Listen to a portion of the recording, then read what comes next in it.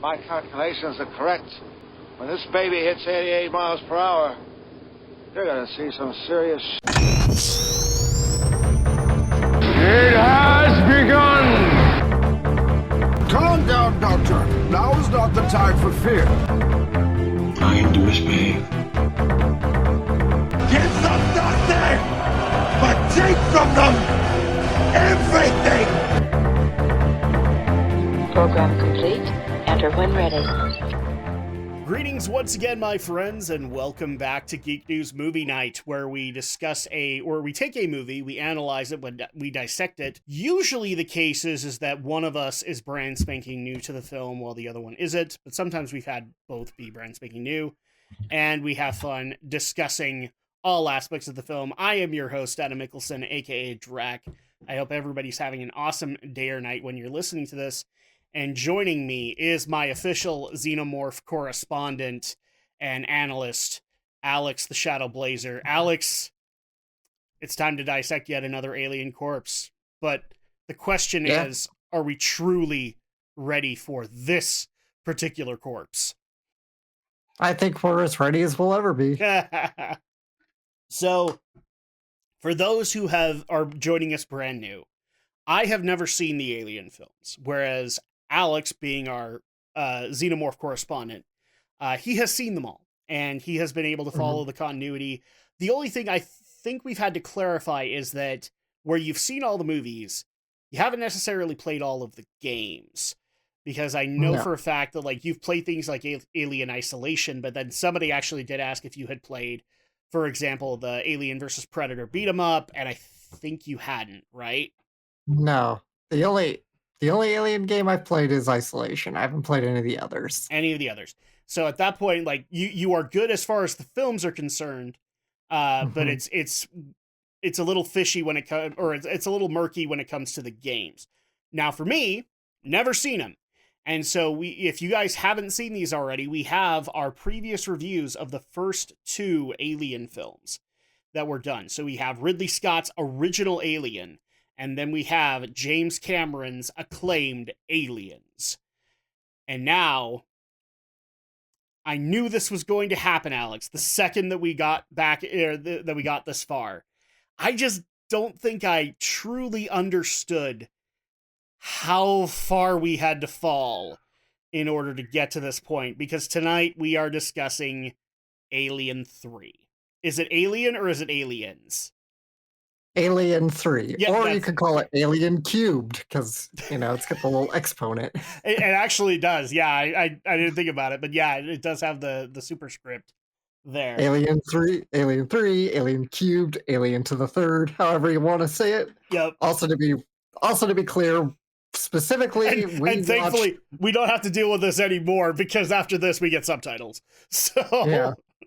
We specifically watched the theatrical cut. We didn't watch the assembly cut this time. Yes, and mainly because that was the one that we had access to. So, if people don't realize this, when a movie tends to not do so well, it tends to not get distributed that much. So, the theatrical version was what we had access to, and like I said, I knew that after Aliens, this franchise dipped. After, like, depending on who you talk to, because, like, I know that there are some people who like Prometheus and Alien Alien Covenant, and then and from what I've been able to tell, Romulus has actually done fairly well. And then I've also met people who enjoy the Alien versus Predator movies, kind of thing. So it just becomes kind of a mix on some of that.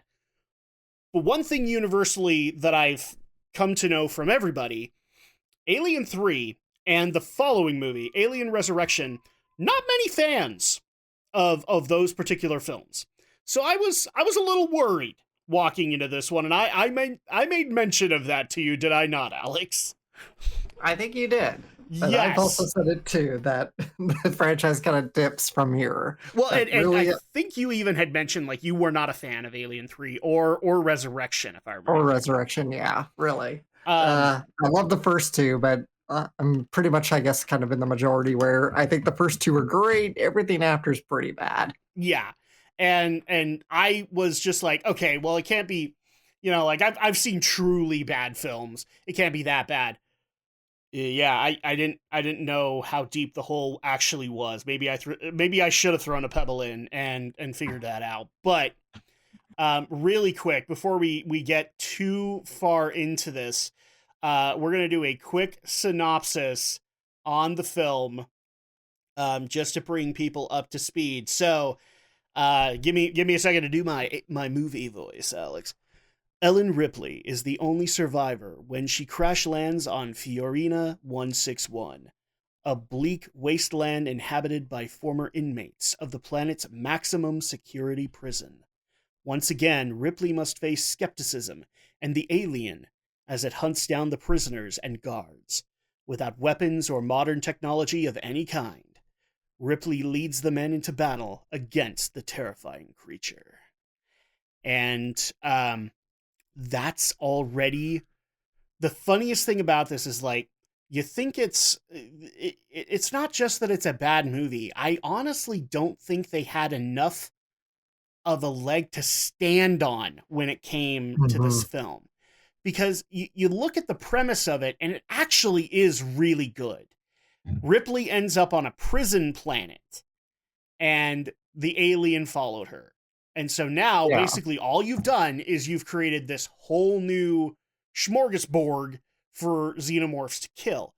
The premise itself is good. I'm not saying it isn't, but everything goes wrong after that, from what I've been able to tell. Am I wrong about that conceptually? I'd say you're correct. Yeah. It's just because this script bounced between about 24 different ideas and a few dozen writers before, and even this version is still kind of a hodgepodge of a couple different ideas that well, not only that, it bounced between a couple of companies too. And by that I mean, originally I believe Cameron was supposed to do it, and they had come up with a lot of the ideas that were going to be originally in it. And then, because we love this so much, Fox's corporate oversight basically didn't force Cameron, but he basically gave a big middle finger and went off to another project. And I'm not saying that I've actually seen people make this argument that he was not justified in doing it, because up until this point, he didn't have, quote, too many films under his resume at that point to start throwing his dick around. Okay, I get that argument, but when the films that you do have are mega blockbuster successes, at that point, the quality over the quantity kind of shows through, and James had already kind of proven himself. Safe to say, Alex, James had proven himself in Hollywood to be able to deliver a worthwhile product, even though his successes were basically, because I don't think Terminator 2 was out at this point, but Terminator 1 had definitely happened, and Aliens had happened at this point. Terminator 2, I guess it depends about the time of production, but Terminator 2 was 91. Okay, so he might have been by the time barely coming this one off came of out in that. 92 then. Yeah. Yeah. So at that point, he would have been on. So again, that's still like 3-4 films, but the quality of those films is tremendous. So at that point, you can also count First Blood Part 2, which he co-wrote with Stallone. Oh, that's true. And so at that point, like, his quality over his quantity is why he was able to kind of throw his weight around in a lot of those cases.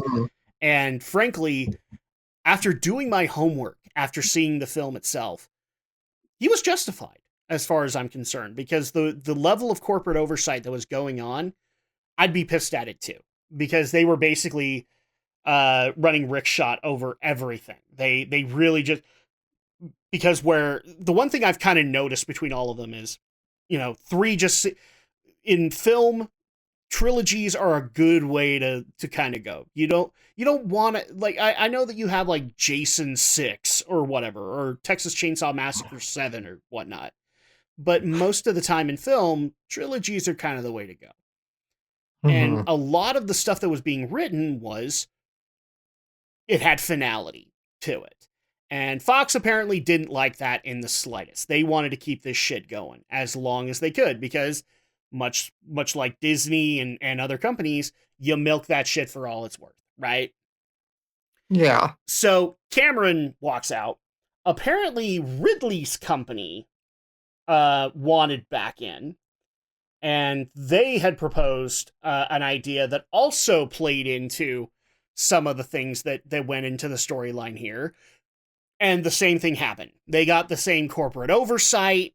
They wanted to add some level of finality to it, which in both of these cases, Sigourney Weaver apparently was brought into it, and she agreed with the finality there. Because at that point, she was pretty much a made woman in Hollywood.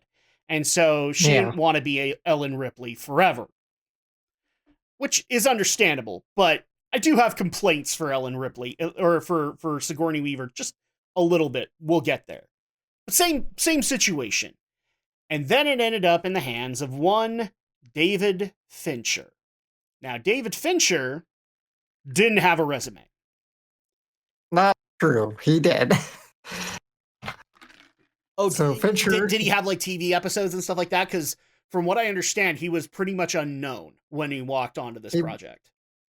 yeah, so he was unknown. Now, to be fair to Fincher here, he did start out at ILM. He started on like Star Wars, Return of the Jedi. He did Return of the Jedi. He did like I want to say he did Temple of Doom, and he did Last Crusade as a special effects artist.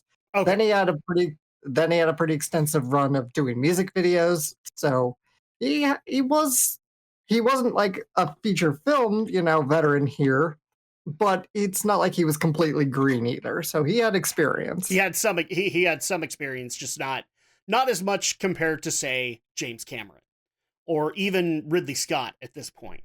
I think even Ridley's brother would have had more experience probably than David Fincher at this point. So yeah, because by that point, certainly by that time, Top Gun would have already happened. I'm sure Tony Scott worked on a few more things in between. So Fincher at least had. Somebody was actually telling me that Tony's resume is a little bit bigger than Ridley's, and it's just because like Tony Scott understood that even though you're not doing movies, you can do things like commercials in the meantime. And it's not a degradation to your career like a lot of directors kind of look at it. That and Tony Scott tended to do a lot more action movies, so he's a bit more of a bankable kind of Hollywood blockbuster director. He wasn't very Ridley's selective a bit more in a lot of his process, and more importantly, Tony Scott. Some people might not like that I say this.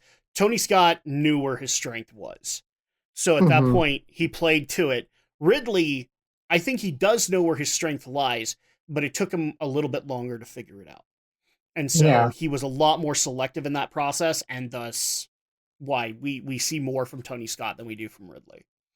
So at that point, Fincher gets onto the project, and Fincher, from all accounts, from what I can tell, he wanted this to be awesome. He wanted it to be basically his breakout debut into the director scene, and he wanted to be able to show himself just to be just as great as people like George Lucas, who he worked for, Steven Spielberg, who he because Industrial Light and Magic had done some work with Steven back in the day.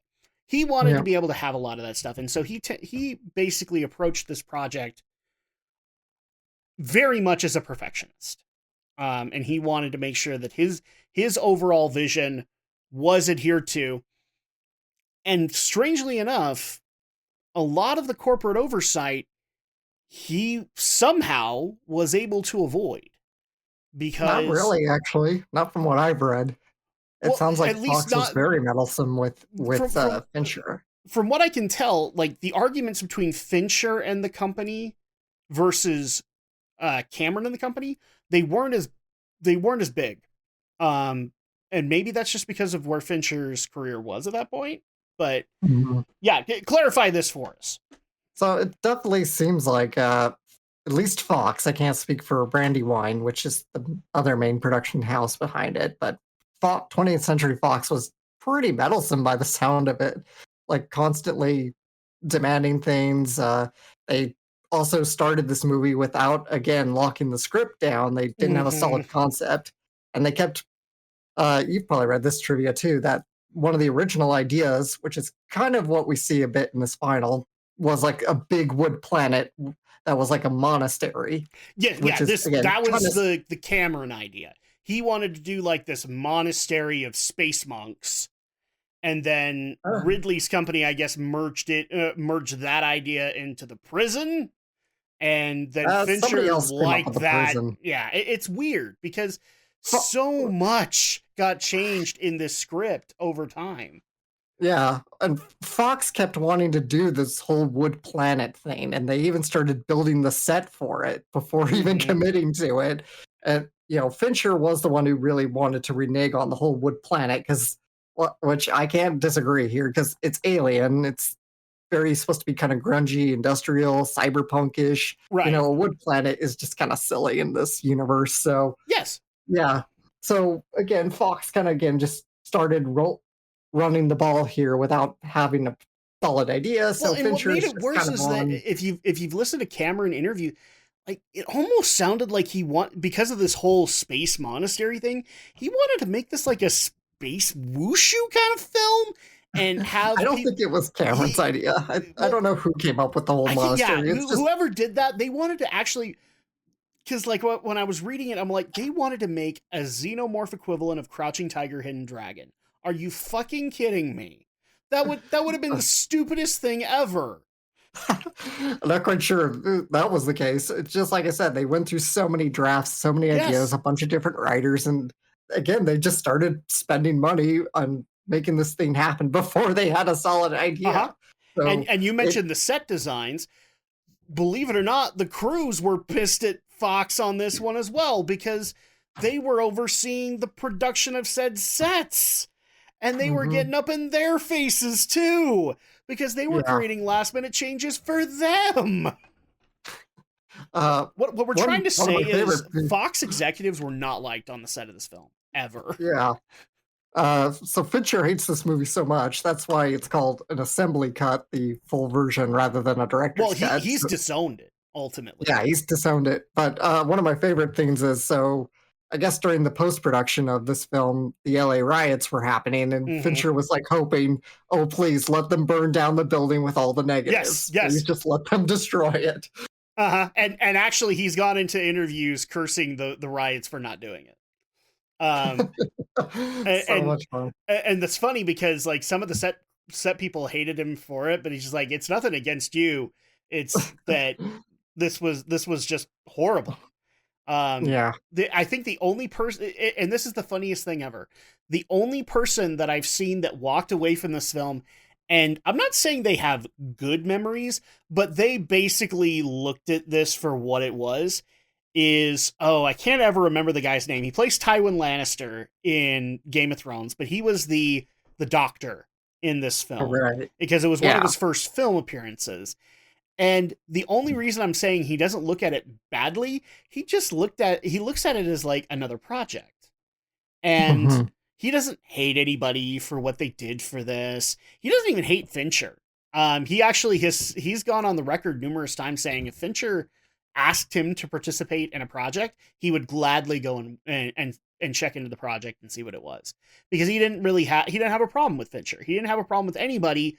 He didn't even have a problem with Fox. He acknowledged the film for what it was. It was basically a disaster on set, and that might mean it wasn't going to be that successful.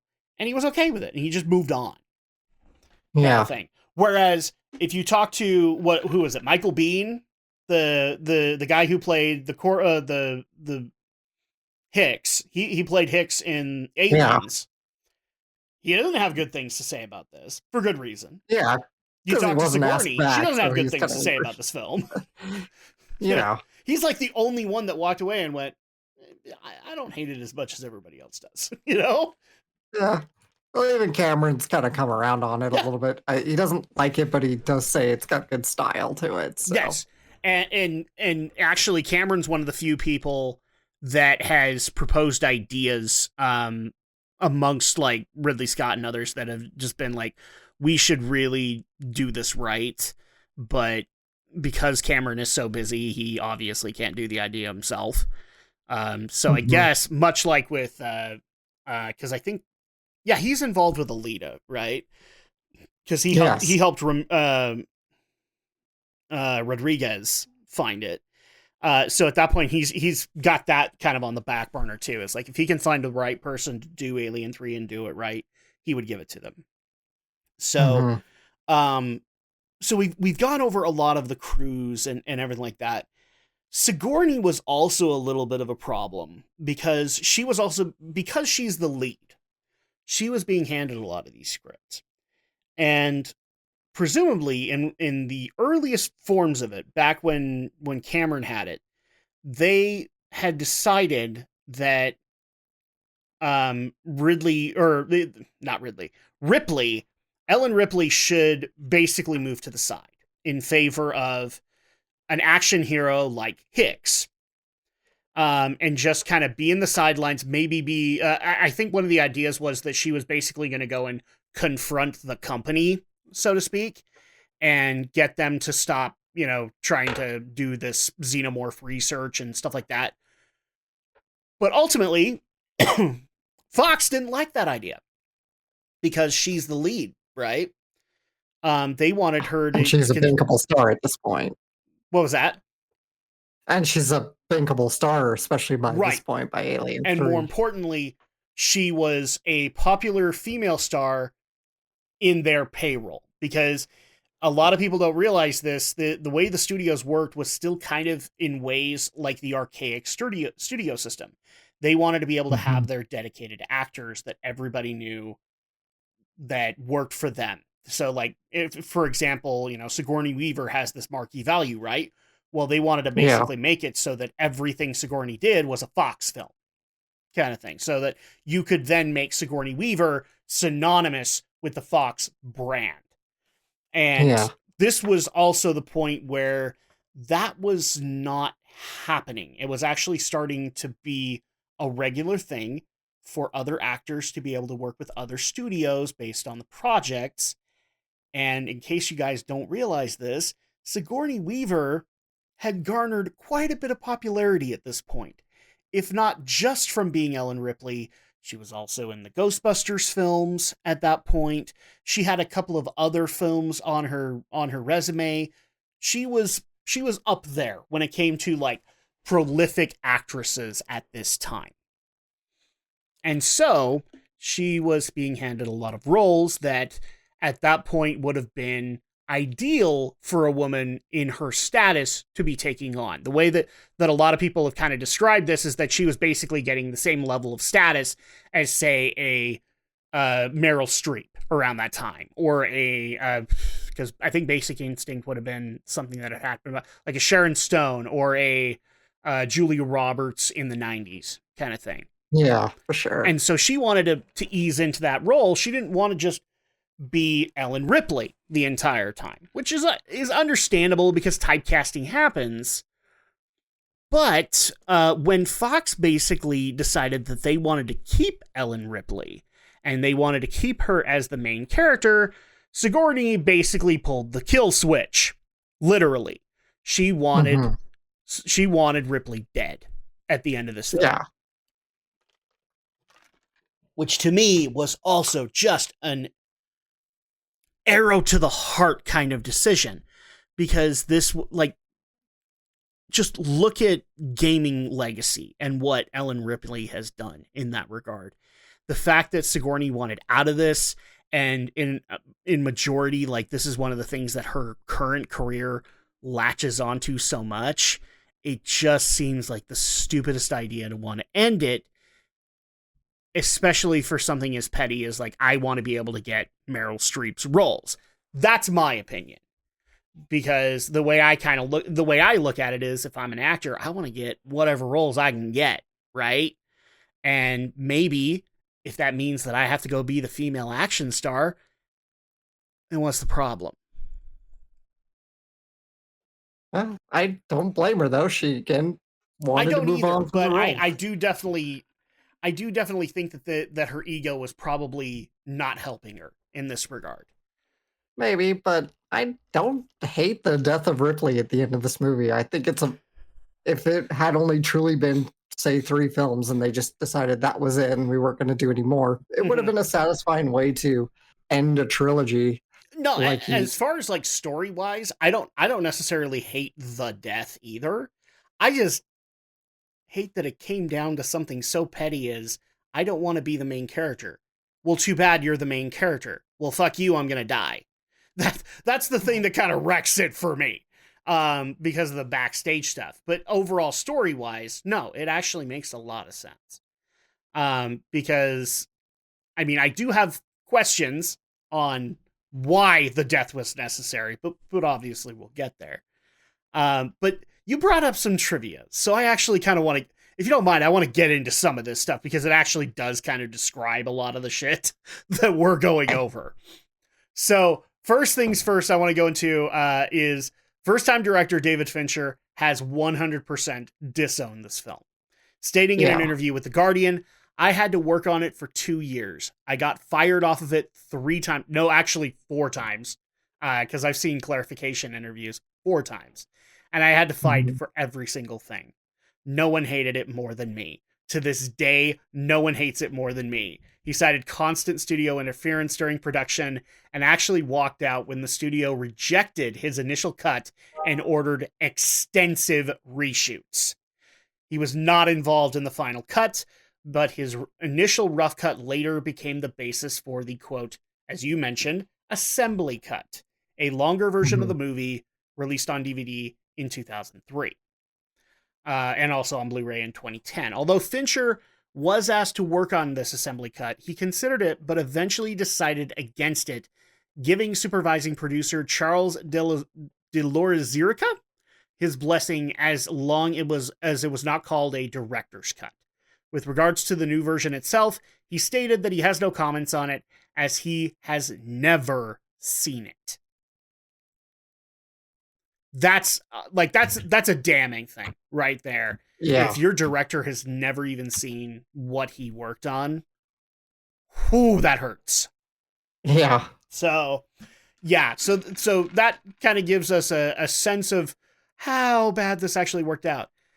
Speaking of David Fincher, at one point, David Fincher was denied permission by the film's producers to shoot a crucial scene in the infirmary between Ripley and the alien. And I believe this made the film, where the latter menacingly closes in on Ripley. Against orders, Fincher grabbed Sigourney Weaver, a camera, and shot the scene anyway, as a big fuck you to the studio.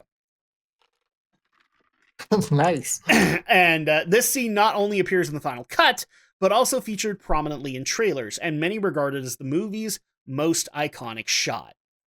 And that's hard to argue, because it's pretty much the one thing, like, I would actually say it's probably a more known clip for the Alien franchise than a lot of the other stuff, because everybody loves the shot of the alien this close to Ripley's cheek. You know, it's synonymous with Alien at this point. And it comes from this movie. Created it kind of in Romulus, so because they referenced it in Romulus? So yes, they did. Wow. Okay, I didn't even know that. So, okay. Well, that's interesting. Original Alien director Ridley Scott turned down the chance to direct this.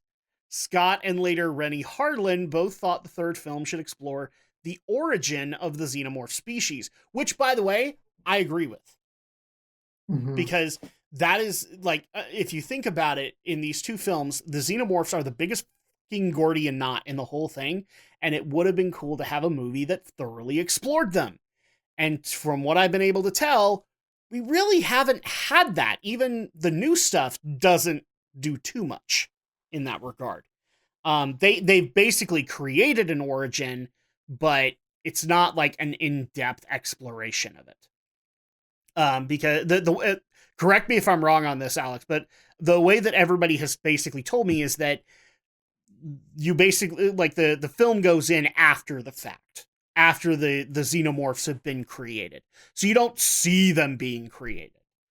You more get, like, the notes that were there. Yeah. So And it's sort of what the intent of like Prometheus and Covenant were supposed to do. And certainly before, but obviously Covenant flopped at the box office and yeah. then Disney bought Fox. So Scott's kind of old prequel trilogy kind of was kind of killed as a result. So it Now, never really got beyond too much. now the fun fact is, when people found out about this, there's been many online polls in regards to this, and a majority of the Alien audience actually agrees this should be a film that is done. Not necessarily that it should be Alien 3, but it should be done. Mhm. In fact, a lot of ideas that are on YouTube have basically said this should be Alien 0, basically, showing the creation of the xenomorph species. So this concept was deemed too expensive by David Giler and Walter Hill, since most of the special effects work at the time still had to be done practically, instead of by computer-generated Yeah. images, because that wasn't really a thing yet. So Scott declined to return, and Harlan later quit the film because he found alternative concepts too repetitive. Scott ultimately got his wish with the movies Prometheus and Alien Covenant, where he does actually explain these. And some feel that he didn't really do that much. Now we get to go into Michael Biehn, because he has such disappointment when it comes to this film. Michael Biehn stated in an interview that he was deeply hurt that he wasn't asked to return as Corporal Dwayne Hicks, his character from Aliens. And in fact, he's probably one of the most beloved characters from that film, right next to Ellen Ripley. And so I think a lot of the Alien audience really wanted to have him become the action hero of the franchise. Even Sigourney was signing off on that, apparently. But even more so, it really could. yeah, he could have been the Rambo of this thing, and they didn't do it. But even more so that the film opened with Hicks immediately being killed off screen after escaping with the other survivors. And this is like, when he found out, this was like rewrite number 6, I think. They had bounced these ideas numerous times, and yeah, they never told him. Ultimately, he had to find out the hard way, which is basically the equivalent of, for those who have noticed this online, a voice actor finding out that they're not coming back to do a dub of a video game when the video game company basically comes out and says, "Well, we're just not dubbing it." Yeah. They don't message them. They just tell everybody on Twitter, "Yeah, the dub's not happening," kind of thing. So immediately killed off after escaping with other survivors at the end of the previous movie. He stated that he didn't mind Hicks dying per se, but objected to the careless way that they did it in this film. He therefore refused the studio permission to use a dummy of a corpse in his likeness, but allowed them to the use of his photograph, but only a specific one. He was very petty about this at the time, and you know what? I completely understand. Carrie Henn, on the other hand, was more accepting of her character Newt's death, simply stating, "Life goes on." Also, she was a kid. She was off doing other things. So I love the fact that they do mention Newt. I'm at least happy they did, because the movie didn't. But the fact that they actually reached out to her, she was a kid. She probably just doesn't care. Yeah. This actually, I want to point out, because I actually might look into this after we get this podcast done.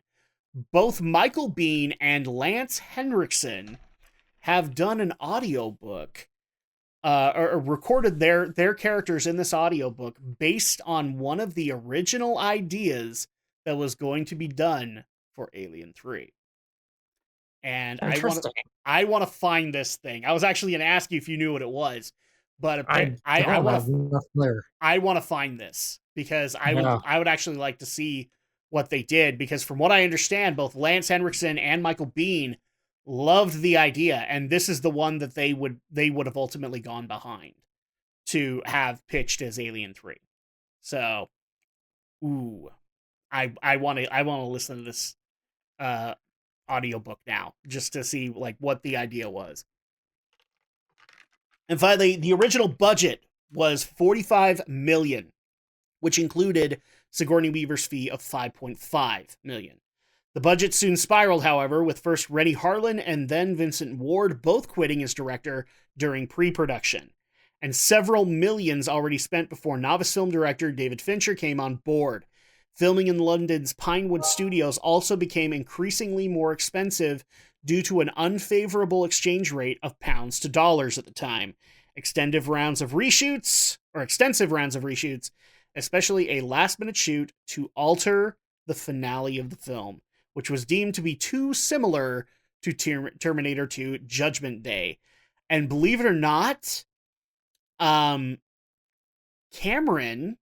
I think, still holds a little bit of a grudge with the studio execs at the time. It's either the execs or Fincher.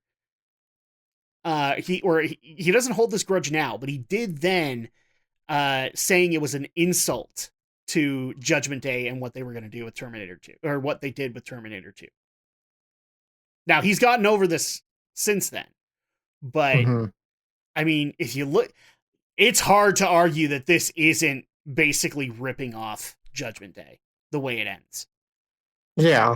The only thing that's different is, obviously Ripley didn't hold up her thumb sinking into the lava, but it definitely makes you think that, they were very much inspired by Judgment Day when they did it. So ultimately, the final budget of this film was $65 million. More than twice the budget of Alien and Aliens combined. Wow. Expensive, yeah. Ouch. And I think a lot of that was just because nobody could make up their minds. Nobody could finalize anything on a lot of the ideas for this story, and that's why we get this weird melding and hodgepodge of all of the ideas, because Fox just basically said, F it, we need to get this movie out. And I stand by that. I think that's ultimately what happened, is that they just went, you know what, F it, we have to get this thing out because we've already spent way too much money on it. And even then, I don't know if they made their money back, and unfortunately the trivia that we do have doesn't say if they did. I have a feeling that they probably did at least get back in the black with it, but they did not get profit from it.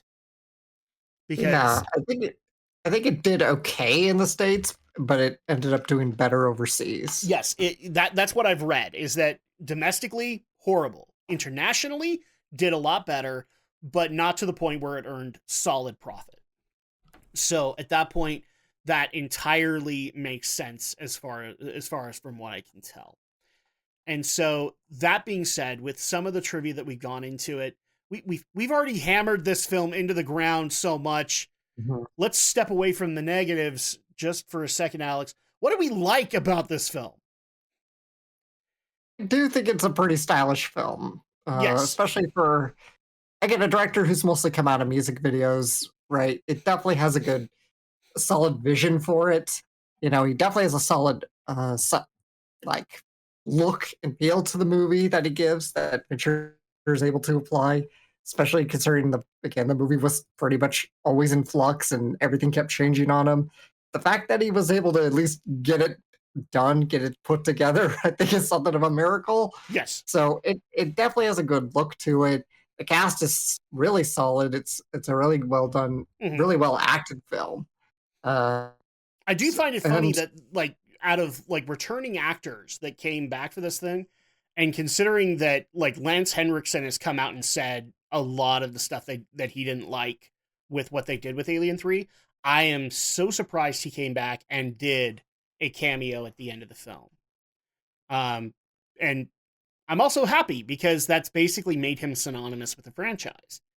Given I understand where Sigourney is and where Michael Biehn is and all that, and I'm not holding anything against Lance, but considering what was going on there, I don't think I'd hold it against him if he walked away. It just makes me wonder why he wasn't Peter Wayland, I think is the name in Prometheus, because the Wayland name keeps changing. So rather than just because it's not just it's Peter Wayland in Prometheus, but then he's another Wayland in the Alien versus Predator movies that doesn't match up with what we know. It's ridiculous. Yeah, the name keeps changing, but Yes. it still would have been better than just Guy Pearce in a whole bunch of old man makeup. That looks terrible. Right. But the funniest thing is that we met the Waylands, but I don't think we've ever met the Utanis. So, No, we've never seen the Utani side of the corporation, no, just the Waylands. I mean, we already know where the evil comes from, but I'd like to see if maybe were the Utanis made of evil too? Who knows? Two evil corporations merging together to make one big evil corporation. It's almost like Activision Blizzard. Oh snap. Oh snap. Oh freaking snap. So I will give a major prop here to the alien itself. And that's what's funny is that this is another issue with the film. I guess the original idea was they wanted like an ox or a cow to be the alien creature, because they wanted to show that, like, this is where they're getting some level of sustenance, right? And this is back when it was a monastery kind of thing. And then they went to a prison and went, well, why the fuck would they have an ox and like an ox in there? Yeah. Also, you can't really train an ox. And I think this was actually something that was very disappointing to Fincher, is he really did want a trained ox to be able to be the alien, and there's just no such thing as a trained ox. Ox. But apparently the ox is apparently in the assembly cut, so yeah, no, he is. It still happened, so it still technically happened, but they wanted basically, I guess Fincher's idea was, eventually a dog was used, and primarily because dogs can be trained to do a number of different things and shots and stuff like that. Fincher wanted what a dog could do from an ox. It's like, dude, know your animals, do your homework. Yeah, I have to kind of agree on the other end of that. An ox on a big prison planet doesn't really make any sense. Like, but a dog kind of does. Unless it's like a bio, right? Unless it was like a bio farm kind of situation, but it's not, like, because it's obviously, like Fincher said, it should be kind of gritty and industrial. So a dog makes more sense. Yeah, because a dog can sneak aboard a ship kind of thing. An ox can't do that. And actually, and given what I said about that, I actually did like that they went with a dog for the alien, because I'm not saying that a humanoid alien isn't scary, but then you consider the limitations of the human species, and then you throw in something like what is considered to be an apex predator, like a wolf or a mountain cat or something like that. And suddenly, to me, xenomorphs get a lot more frightening in that regard, because now they can move faster, and now they can leap like huge bounds, and now they become much more dangerous in that regard. So I actually think it was a good idea to make it a dog ultimately at the end. And actually that's helped so much with some of the lore of it, because now people want to see other different variations based off of other kind of apex predators. What would a equivalent of a peregrine falcon xenomorph look like? And even I've got to admit, I'd be curious to see what that would look like. Yeah, so credits due for this film for trying to introduce the concepts of new hybrids and new styles of alien. Yes. I think that was an interesting new way to kind of take the franchise and see where you could go with it. Your turn, but another positive that this film did. Well, like I said, the introduction of the hybrid concept, really clever, so. Well, and it also just kind of showcased that these xenomorphs, they could just adapt to any environment. And that's a frightening concept. So much so, fun game fact, that's one of the primary inspirations for the lore based on the Zerg from StarCraft.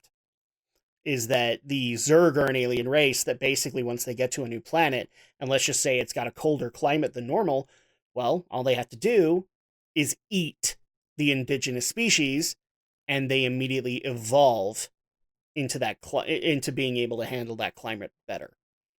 Mm-hmm. And it goes, again, it's weird logic, but like basically one Zergling eats it, then the entire swarm has it because it's all based in genetic memory. And a lot of the basis for that comes from this. So another positive that I will actually point out is the prison. I know that a lot of people will probably get mad at me for saying that because I know some people actually did like the monastery idea. I'm not saying that it isn't a bad idea.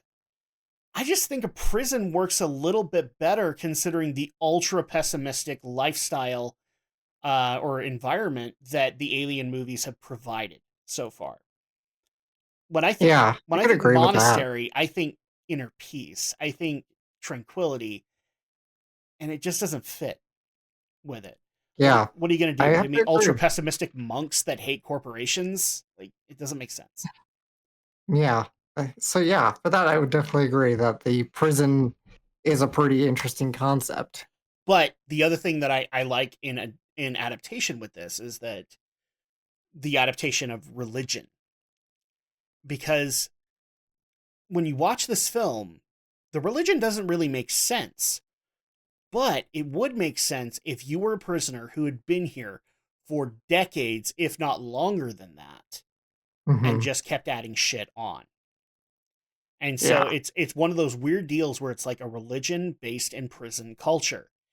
And that makes perfect sense. So it's one of the weird hodgepodges that happened here where I think the religion thing started in the monastery and then got carried into the prison idea. And it actually was a good idea. Because especially once you Yeah. get to the actor that like I can't remember his name off the top of my head, but the lead guy who's like the most religious of all of them and why he does the things that he does, it helps make that character make more sense. Hmm. And especially with a lot of the actions that they did in regards to his character. Any other positives that you want to point out here? I liked Elliot Goldenthal's score. I liked the music a lot. That was pretty good. I would tend to agree with it. I think the score, considering that they were kind of going back to a horror motif, Hmm. matched this a lot, and in some cases improved upon what the original Alien did. Because at that point, I'm not knocking the original Alien, but when you have sequels, you kind of have to evolve the score and make it work for its new environment, and that's what this film did. Because now Yeah. we're not isolated on a spaceship full of workers. Now this is much more of a slave camp environment. And Yeah, so for the sure. music and the environment have to reflect that. Hmm. Another big plus that I will give to this is the Doctor. Primarily the Doctor's backstory.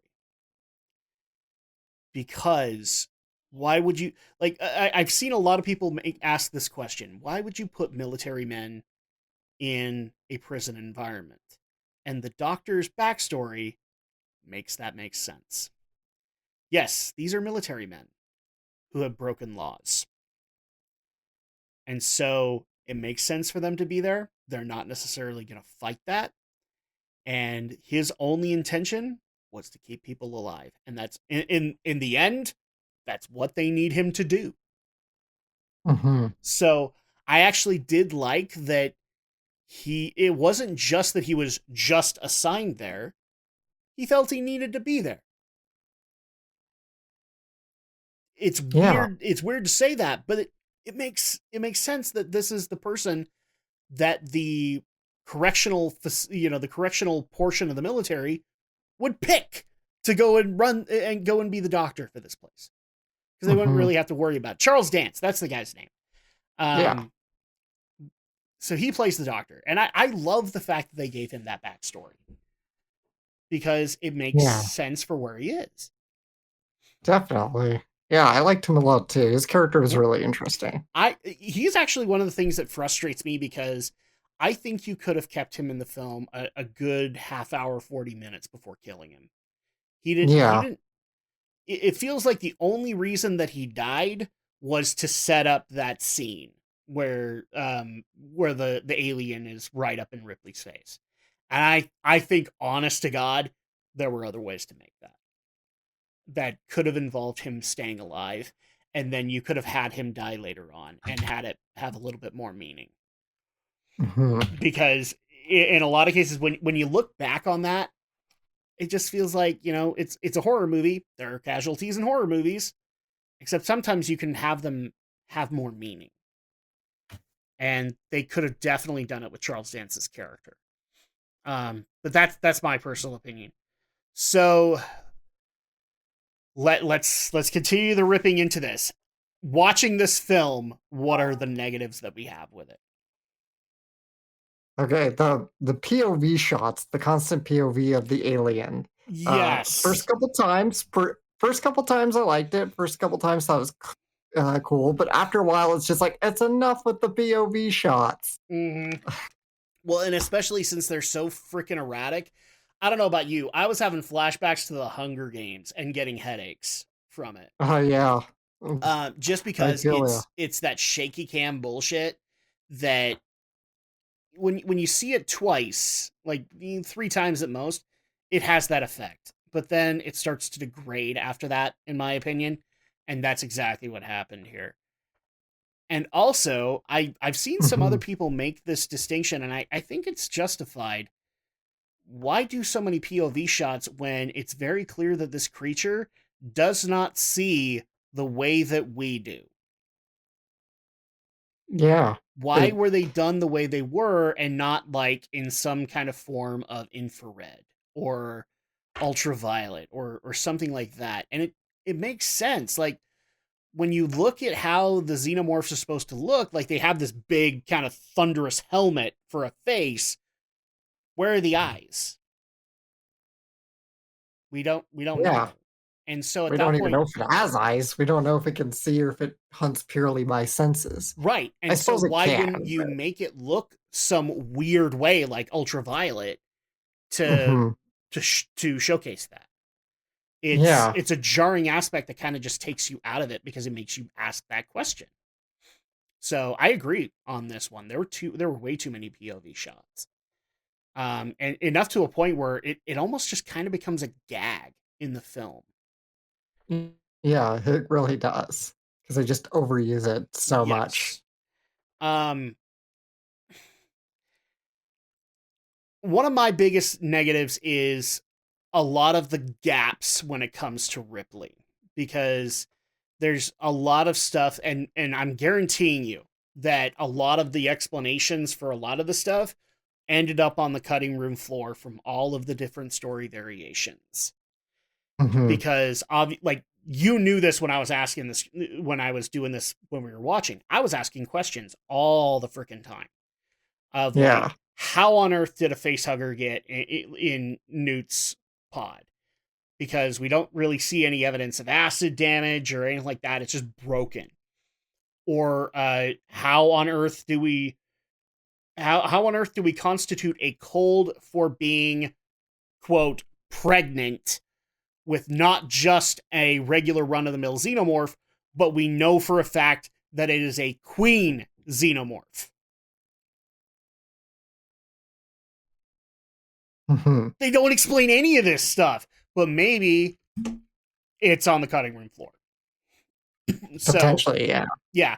So I'm basically going to say Ripley's backstory here, but it's primarily just all of these little details that would have helped make that ending, she has to kill herself, mean so much more.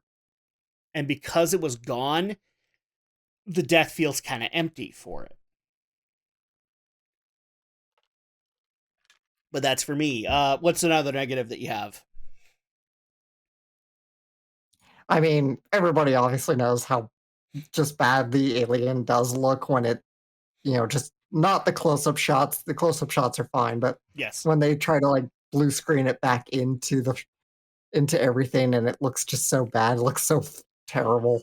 Well, and I think primarily, Matt McMuscles actually did in his series What Happened. He did a What Happened on Alien 3. And I think he makes a Yeah. good point, because a lot of the stuff that was done with the alien shots was still being done with a human suit. And Yeah. so when you look back at a Uh, lot of those shots, the size doesn't make sense. And I think that's primarily why. It's like, I believe they said they did have a dog suit, but they couldn't get the dog to like wear a helmet, like for the alien itself. So they were able to get some mobility scenes from it, but then they would have to go back to the human suit to fill in those gaps. And that's where the problem comes, because the size doesn't make sense. yeah, for sure. So, um, yeah, I actually, I completely agree with you. I like the concept of what the alien was supposed to be in this film.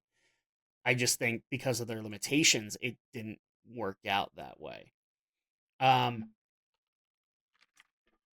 Another problem for me is I honestly feel that Wayland Yutani isn't as great of a villain in this as it has been in previous films. Hmm. And primarily because of the fact that we can't really bring things back to the company when it's a corrective facility being run by the military. Now, granted, we do have the company team sweep the area. I just think a fix for this would have been to have them get there sooner. Have them be there when they're trying to kill the thing. And maybe have them try to stop Ripley from killing the xenomorph. I actually think that would have been a cool thing, because it would have confirmed what Ripley had been saying to Charles Dance's character that whole time. Which, if you look at it, like, she just comes off as some weird conspiracy nutcase, the way that she's spouting off. But wouldn't it have been so much cooler as if, while they're trying to kill the xenomorph, the company team comes in and starts trying to actually stop them from doing it? Yeah, I could agree with that for sure. I think that would have been so much better, something so much better that they could have done, and would have made a whole lot more sense. So I find it funny that, Wayland Yutani has been such a big problem for the previous Alien films, and then became an afterthought in this film because of what they were trying to do. But that's me. And that's Hmm. pretty much all the negatives that I have. I mean, my biggest beef with this is just Ripley's plot, and why she had to immediately kill herself. I'm like, why do you? Because my problem is, when I have to ask the question of, like, how do you know that it's a queen? How do you know that it's not just a run of the mill xenomorph? That kind of takes me out of the film a little bit. It takes me out of the immersion that you're trying to create, especially in a horror film, where atmosphere is everything. And Hmm. then we have the other things that hurt this, with the weird POV shots, and the fact that even the death of, actually, I do have another negative here, and you and I agreed with this when we watched it. The death of the alien. Like, in the previous films, the death of the alien has had so much more impact and importance. In this, it gets turned to stone ultimately, and super cooled, and you might as well have just punched it to shatter it. Yeah. Doesn't really have a whole lot of impact compared to, say, I don't know, there's a lot of T2 comparisons. The T1000 dying in a vat of lava, kind of thing. It loses a lot of that. So I would actually say, like, compared to the first alien dying in the vacuum of space, and then the Queen dying the way she did against Ripley, this one just doesn't hold up with the others. Definitely. So yeah, that's pretty much all I've got. Do you have anything else that you want to add here? Nah, I think that's it. I think I've harped on my Okay. end. Now, unfortunately, we can't really do movie clips of this one, because, much like with the first film, it's very much copyright strike. Like, all of the copyright strikers immediately go after this thing, and I think I'm guaranteeing you Disney still pays the people that Fox did in order to make sure that happens, because they just don't want this movie ever referenced ever again. So unfortunately, we can't get away with that. But ultimately, out of 5, what would we rate Alien 3 overall? Do you want to take it For first, me, Alex, or me? I'll go first. I actually give it a 5. Oh, not you said out of 5 or out of 10? Sorry, Out of 5. Out of 5. Oh, okay. Out of 5, then it's a 1.5 out of 5 for me. Yeah, it's very low, and much more. Now I completely understand why people don't like this film. When you compare T1 to T2, it's so much of a change in terms of anticipation, in terms of payoff, everything like that. Nothing really built, especially after Aliens. Aliens was so great, and I can see Yeah. now why it was such an inspiration for a lot of sci-fi in the 90s and 2000s, and even anime in the 90s and 2000s. That Alien 3 Mhm. is just a straight up disappointment. I'm gonna give it a 1 out of 5. I think Mhm. in all honesty, all of its shortcomings take away from what actually made the film work, and ultimately, Fox. I could make this argument. Fox did learn from this. Did they ultimately learn the lessons from it? I'd argue probably not. But yeah, this definitely haunted them for decades after when it came out, and it definitely haunted the Xenomorph legacy. So we've given our ratings. Now, the big question that I've seen some people ask in this, Alex, is I I know that you want to get into the Prometheuses and stuff like that, but some people have asked for us to touch on Alien Resurrection. So, Yeah. thoughts on that? I mean, we might as well. We've done the first 3. We might as well do I Resurrection. think, in all honesty, we kind of need to, because I Yeah. kind of need to see how far this rabbit hole goes, so that at that point, to me, Prometheus is going to mean a lot more when we see how low things went, because now we know, like, where we can start climbing back from. So I Mhm. tend to think that yes, we actually do need to tackle Alien Resurrection eventually.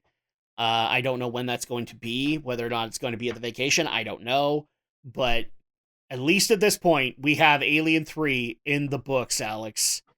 So Yeah, we we can did. officially say we don't have to do this one again. Uh, Now, thankfully, with a lot of people know this. When we were on vacation, we watched more than Alien 3, and thankfully, this was about as low as it went for a lot of the films that we watched. And I would actually, yeah, I'd say this is the lowest it went, at least for the films that we watched. So at that point, we don't have to go too far down after this. I'm happy to say, but I'm also happy to say that when we come back for the next podcast, the next one that we tackled after this is probably the best film we saw when we were out there. Because we have to eat some crow again, Alex. We saw the Tetris movie, and it actually was pretty damn good. So I think the next podcast that we would need to do would need to be the Tetris movie after this one, unless you Yeah. disagree. No, we could do Tetris. That's fine. Yeah, let's do the Tetris movie next. So that'll go ahead and do it for us on this one. Alex the Shadow Blazer, if people want to reach out to you on your opinions of Alien 3 and they want to just, pat you on the back and go, I'm sorry that you had to have Drac watch that. I'm so sorry. How do they reach out to you? You can find me. My channel is Shadow Blazer 3000. It's on YouTube, so check me out. And also, I have actually gotten this question a few times since then. Have you seen Romulus yet? Yes, I did see Romulus. Yeah. And so at that point, if you have questions about Romulus, you can ask him about it, and you don't have to worry about spoilers or anything like that, because he already knows. He knows the film, and he Yeah. has his own opinion on it. So feel free Mhm. to do that. And also, if people want to be able to reach out to me, you all know the various places that you can do so in the description. If you're listening to this podcast on YouTube, make sure to give a like if you liked it, and consider subscribing to the channel so that we can get a little bit more exposure when it comes to stuff like this. And if we do, it'll encourage us to do more of these things, which Alex and me would probably love doing. We honestly probably would. So you can do that, or you can support the podcast on Amazon Podcasts, Apple Podcasts, Google Podcasts, Player.fm, as well as Spotify. Leave a like, leave a review. We definitely look forward to those, and we will see you guys next time as we have to eat a train-size level of crow for the Tetris movie. So until then, for me and for Alex, we will see you guys next time.